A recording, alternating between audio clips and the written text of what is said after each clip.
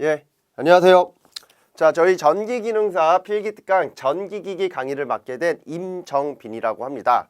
자, 저희가 전기 이론에 이제 다음으로 전기기기가 나오는데 항상 공부하실 때 전기 이론을 먼저 공부하셔야 돼요. 예, 이론에서 나오는 내용 기반으로 기기를 공부하셔야 되지 반대로 공부하시면 이해가 좀 잘 안 될 수가 있어요. 나 기기부터 볼래 하고 기기를 지금 시작하신 분들은 이론을 먼저 보시고 오시면 돼요. 그러면 이론 보기 전에 자, 하나를 알려드릴게요. 블록 형태로 제가 얘기를 많이 드리는데, 자, 첫 번째 뭐를 봐야 되냐면 기초 이론을 보셔야 돼. 기초 이론. 이거는 본 강의가 아니라 저희가 기본적으로 좀 넣어드리는 강의가 있어요. 그래서 서비스 형태의 강의로 저희가 이제 이런 거 공부하기 전에 기본적으로 알아야 되는 기초 이론을 들으셔야 되고, 그 다음에 두 번째가 뭐냐면 공학용 계산기.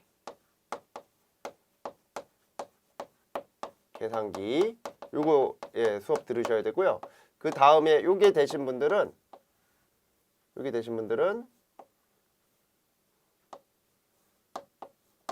수학을 들으셔야 돼요.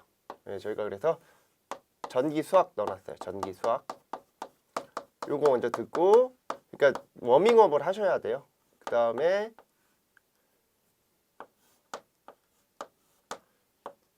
과목이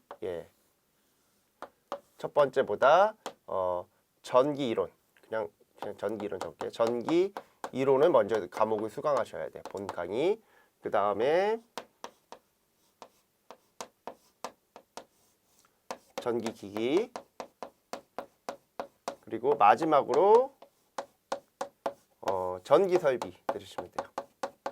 이렇게 하고 그 다음에 이제 그 외적으로 모의고사 및 관연도 이렇게 하시고 시험장 가시면 제가 볼 때는 100% 합격하니까요. 자, 우선은 항상 공부하실 때 이 과정을 가지고서 공부를 하신다라고 생각하시면 돼요. 그래서 지금 전기기기를 처음에 딱 폈다.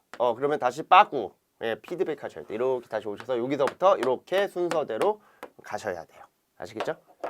그리고 제가 중간중간에 이제 이게 실강의는 솔직히 제가 이제 실강의를 되게 오래 했는데 실강의는 중간중간에 평가하는 게 되게 힘들어요. 시간이 쫓기기 때문에. 근데 우리 동영상 강의는 어떻습니까? 시간이 뭐 제가 내고 싶으면 낼 수 있고 우리 수강생분들이 필요하면 필요에 의해서 낼 수 있는 부분들이 충분히 있죠. 그래서 중간중간마다 제가 뭐를 집어넣냐면 요 안에다 쪽지 시험을 하나 집어넣을 거예요. 이 쪽지 시험은 우리 수강생분들이 반드시 보셔야 되고 반드시 외워야 되는 내용들 위주로 주관식으로 물어보는 거고 각 장이 끝날 때마다 저희가 넣어드릴 거예요. 그러면 이 쪽지 시험을 통해서 본인의 평가를 한 번씩 하시면서 또 못 외웠던 것들을 다시 외우고 넘어가는 그런 과정을 가질 테니까요. 그렇게 계속 따라오시면 장담하는데 100% 나와요. 합격률. 필기는 100% 그냥 나오는 거예요. 뭐 솔직히 기능사 실기도 거의 100% 나와야 되는 게 맞고요. 하여튼 기능사는 나 어디에서 학원에 가서 공부했는데 하고 떨어지면 그게 이상한 거예요. 그러니까 이 둘 중에 하나겠죠. 강의하시는 분이 맥을 잘 못 짚어줬던가, 두 번째는 본인이 너무 공부를 안 했던가. 이제 본인이 공부를 안 하더라도 공부를 하게끔 계속 이제 만들어줘야 되는 것들이 되게 중요하거든요. 강의하시는 분들의 여러 가지 능력이 필요한데 첫 번째는 이제 강의를 잘해야 되겠죠. 재미있고 쉽게. 두 번째는 뭐다? 여기 계신 분들이 놓친다라는 부분을 알아야 돼요. 그래서 놓치기 쉬운 것들을 충분히 뭐 해줘야 돼요. 피드백을 해줘야 돼요. 계속 세뇌를 시켜야 된다라는 거죠. 이 과정이 돼야 되고 마지막으로 이제 모의고사 그런 것들 있죠. 기출문제 이런 것들 관연도 그런 거를 한번 확인차 풀어보시고 시험장에 가면 거의 100% 합격을 하기 때문에 기사보다는 기능사는 엄청 쉽습니다. 그래서 기사는 조금 떨어질 수도 있어요. 좀 그 회에 따라서 난이도가 좀 많이 차이가 나는 경우가 있는데 기능사는 거의 난이도가 도찐개찐이에요. 그렇게 어렵게 나오질 않습니다. 자, 과목 보도록 하겠습니다. 전기기기는요, 크게 하나, 둘, 셋, 넷, 5개 장으로 되어 있어요. 그래서 첫 번째는 직류기가 나오는데, 자, 이 직류기는 직류 발전기, 직류 전동기를 말하는 거고요. 변압기는 트랜스포머, 말 그대로 전압을 바꿔주는 장치를 말하는 거고요. 그 다음에 유도전동기. 자, 유도전동기는 우리가 이제 교류에서 많이 쓰고 있는 실생활에서 제일 많이 쓰고 있는 전동기입니다. 그래서 얘는 시험 문제로 되게 잘 나오고요. 그 다음에 동기기. 이 동기기는 동기 발전기와 동기 전동기. 그러면 결국에 전기 기기는 메인이 뭐다? 발전기 전동기예요. 발전기 플러스 전동기입니다. 이 두 가지를 배우는 거예요. 메인은. 그죠? 예, 요 두 가지를 배운다라는 거. 단지 얘하고 얘만 좀 개별적으로 하나씩 배우는 거고요. 나머지는 발전기, 발전기하고 전동기, 발전기하고 전동기 같이 나와요. 그리고 마지막으로 뭐가 나오냐면 정류기. 정류기는 AC를 DC로 만들어주는 소자들이 되게 많이 존재합니다. 그리고 제어기기. 이 제어기기는 이제 이러한 전동기를 어떻게 제어할 것인가, 그 제어하는 방법들에 대한 요소들이 많이 나오죠. 그래서 실제 메인은 얘네까지고요. 4개 장이고요. 얘는 그냥 서브장이다라고 보시면 돼요. 시험 문제도 아주 많이 나오진 않고 이 4개 장에서 메인으로 출제가 됩니다. 그리고 이러한 전기 기기는 뭐 전기 이론처럼 원론적인 부분들은 그 원론적인 무슨 유도 과정은 별로 없어요. 뭐 전기 이론도 뭐 그렇게 많지는 않죠. 예. 없는데 대신에 이제 어떤 현상을 명확하게 이해하고 그 현상에 대한 내용들을 정확하게 말로 표현해 가지고서 물어보는 경우가 많기 때문에 그런 것들을 이제 명확하게 이해하고 넘어가야 되는데 그걸 못 하시면 힘들어져요. 문제를 못 맞추는 거죠. 그리고 외워야 될 것도 다수 존재합니다. 그러니까 완벽한 암기 과목은 아닌데 그렇다고 해서 외울 게 없다 이렇게 말할 수는 없고요. 외울 부분들이 어느 정도 있대 대신에 이해를 위주로 해서 암기를 해주시는 게 상당히 도움이 될 거다라는 거죠. 뭐 이거는 솔직히 전기 이론하고도 비슷하고요. 나중에 이제 전기 설비 가면 전기 설비는 그냥 암기입니다. 왜 그렇게 됩니까? 그냥 외우십시오라고 얘기를 해요. 예, 걔는 그냥 법이에요. 일종의. 이렇게 1m 뛰기로 했어. 그러면 1m 외워야지. 그거를 왜 1m 뛰어야 돼? 나 1.5m 뛰고 싶어. 그럼 너는 그렇게 해. 야, 라고 얘기한다니까요.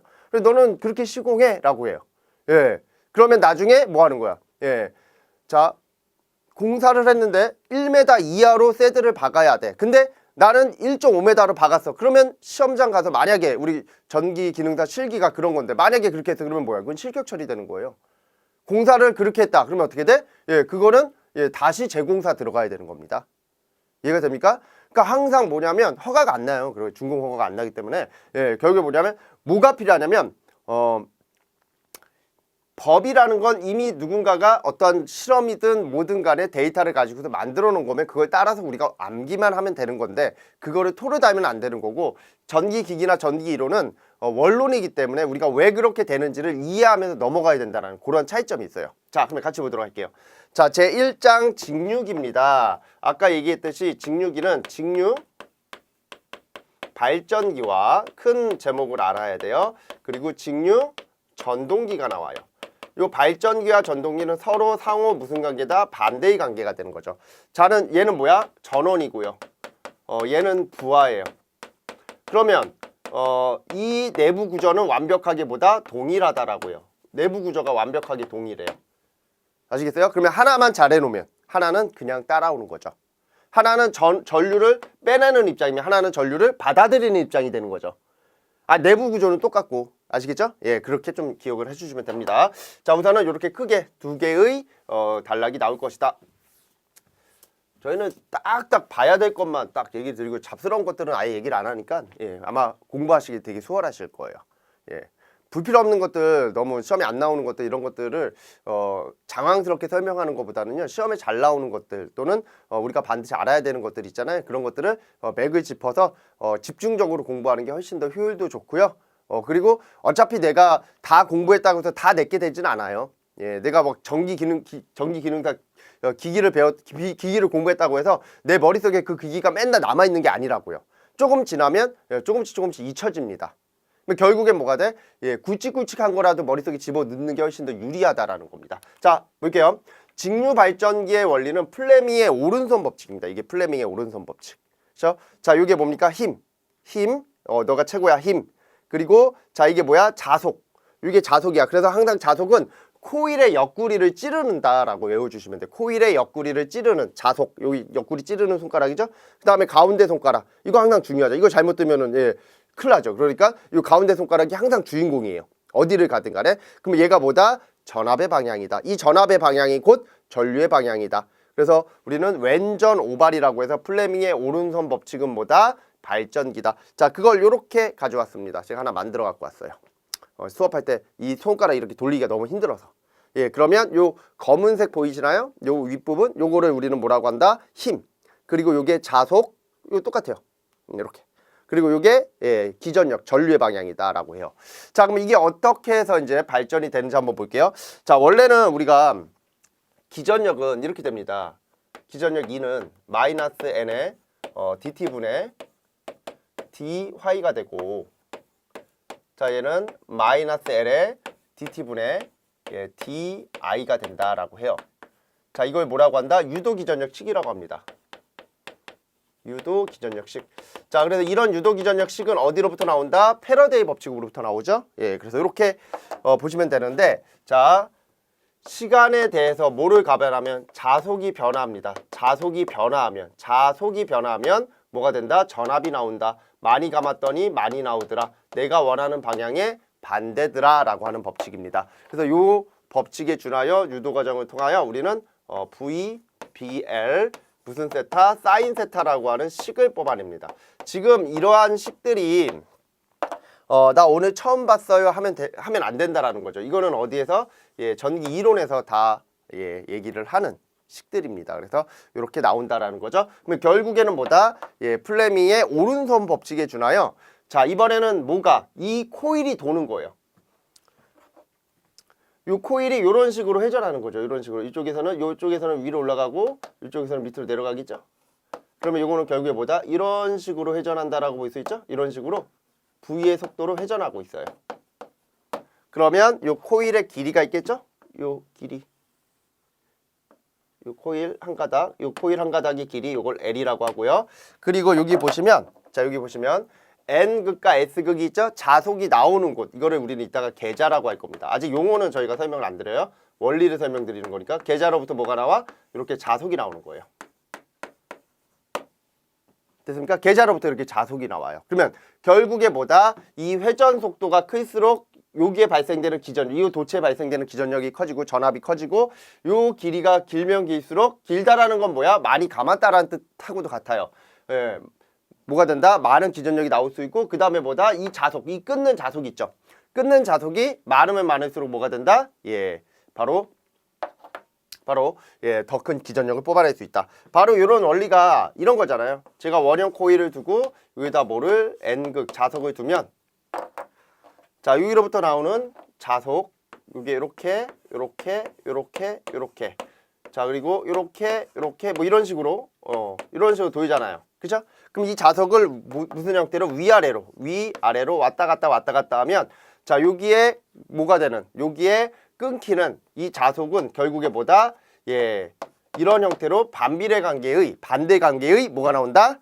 예, 작용 반작용에 대한 자속이 나오고, 이 자속에 의해서 전류가 흐르기 때문에, 자, 이때 여기에 걸릴 수 있는 이 전압은 플러스 마이너스 2라고 하는 전압이 나오더라. 이 법칙이 패러데이 법칙이잖아요. 그러면 자, 여기서 중요한 건 뭐냐면 변화를 준 거죠.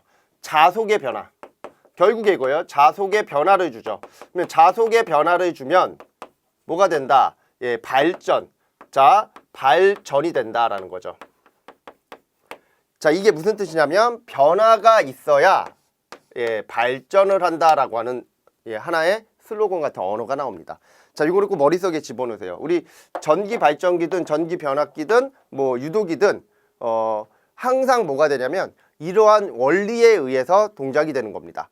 그러면 결국에는 변화가 있어야 발전이 된다라고 하는 법칙. 이게 결국엔 뭐다? 패러데이 법칙인데, 변화가 있어야 전압이 나온다 이런 뜻이에요. 그러면 변화가 없을 경우에는 나온다 안 나온다? 안 나와요. 아시겠습니까? 그러면 그 변화를 어떻게 주겠느냐죠. 얘는 변화를 어떻게 줘요? 예, 얘는 자석을 위아래로 왔다 갔다 할 수 있어. 맞죠? 그러면 자석의 증감이 생깁니다. 이 코일에. 자, 이번에는 반대로 이 코일을 왔다 갔다 할 수 있어. 그러면 뭐가 돼? 또 자석의 증감이 생길 수 있죠. 자, 자석의 증감을 만들어내는 방법은 두 가지가 있는 거예요. 첫 번째는 자석을 움직이는 방법이 있고요. 두 번째는 코일을 움직이는 방법이 있죠. 그러면 지금처럼 자석을 마주보게 하고 예, 고정시켜 놓은 상태에서 뭐를 돌리면? 코일을 돌리면 이 코일에 자석의 증감이 생길 수 있죠. 이게 무슨 뜻이냐면, 자, 만약에 요게 자석이라고 할게요. 자, 이게 자석이야. 자, 코일이 이렇게 도는 거죠. 돌면서 얘를 끊어요. 끊어요? 그러면 끊을 때 어떻게 끊어? 이게 이렇게 끊는 게 아니에요. 이렇게 돌면서 끊는 거예요. 그러면 도는 각도에 따라서 수직이 됐을 때가 최대가 되겠죠. 수직이 됐을 때가. 이런 식으로 끊는단 말이죠. 그럼 이렇게 끊게 되면 뭐가 나오는 거야? 이러한 파형, 웨이브가 나옵니다. 그래서 이때 끊는 각도에 따라서 뭐가 나오냐면 이러한 웨이브가 나와요. 이러한 웨이브. 이렇게 플러스, 그리고 이러한 웨이브. 이렇게 마이너스가 나옵니다.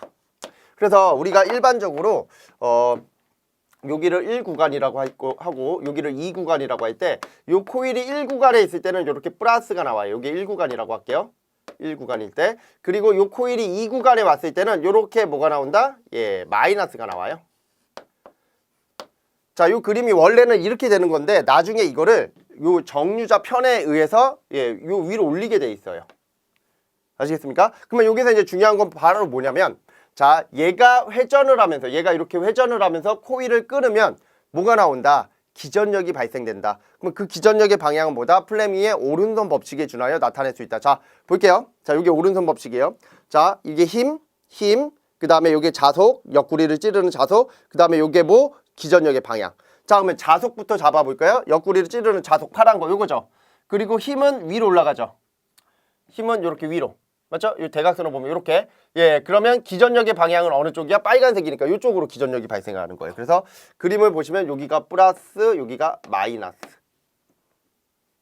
됐습니까? 그러면 반대쪽 코일, 이쪽 코일도 반대로, 예, 자속은 그대로잖아. 근데 힘의 방향이 반대가 되니까, 밑으로 내려가야 되는 방향이니까 이렇게 되잖아요.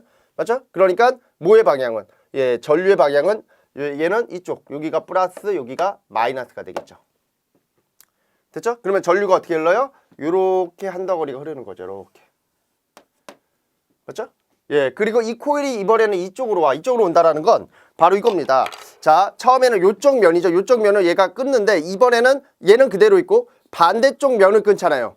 반대쪽 면. 그러면 반대쪽 면을 끊으면 반대쪽 기전력이 발생하겠죠. 그러면 요 코일이 요 이 지점에 왔어. 이렇게 이 지점에 왔어요. 노란색으로. 이렇게 왔을 때는 자, 이번에는 뭐가 바뀌어요? 예. 기전력의 방향이 바뀌어야 되는 거죠. 어떻게? 여기가 플러스로 바뀌고요. 그리고 여기가 플러스로 바뀌고 여기가 마이너스로 바뀌어야 되는 거죠. 이번엔 뒤바뀌어야 되는 거죠. 그러면 전류가 어떻게 흘러? 이번에는 요렇게 흐르겠네요. 그러면 이게 1초에 한 바퀴 돌리면 이 웨이브가 1초에 한 번 나오겠죠. 그래서 얘가 한 바퀴 이렇게 한 바퀴 돌면 이 웨이브가 하나가 이렇게 나오는 거예요. 아시겠습니까? 그러면 이때 뭐를 두면 요 정류자 편을 둡니다. 이 정류자 편을 두면 예, 결국에 뭐가 된다? 예, 여기에는 이제 브러쉬가 연결이 되고 이렇게 브러쉬가 연결이 되면서 이 브러쉬에 의해서 뭐가 되냐면 이놈이 위로 이렇게 올라오는 거예요.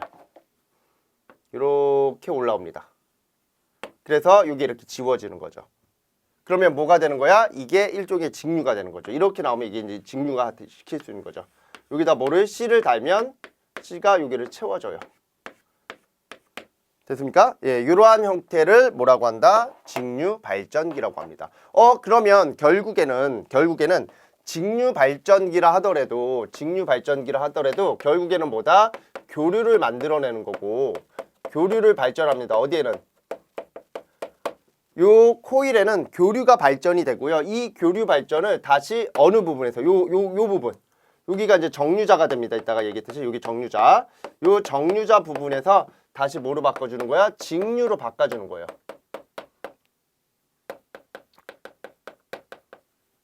그래서 이게 어디로 간다? 부하로 간다라는 거죠. 그러면 결국에 우리가 발전하는 거는 항상 뭐다? 교류입니다. 교류. 이해가 됩니까? 그래서 얘는 직류 발전기긴 하지만 엄밀히 따지면 뭐다? 교류 발전기가 맞습니다. 직류 발전기라 하더라도 만들어진 에너지는 교류입니다. 그 교류를 정류자 편과 브러쉬를 이용해서 외부로 뽑아낼 때는 직류 형태로 뽑아냈을 뿐이지 실질적으로 이 전기자 안에서 발생되는 건 뭐다? 교류의 현상이 발생된다라는 거. 그걸 좀 기억을 하시면 됩니다. 자, 그래서 이 법칙이 플레밍의 오른손 법칙이고 요 식은 좀 기억을 해주시는 게 좋아요. 특히나 우리 어떤 분들 공무원 시험 보시는 분들은 이런 식들 시험 문제로 되게 잘 내요. 자, 이렇게 정리하시고요. 기기 문제로 나와요.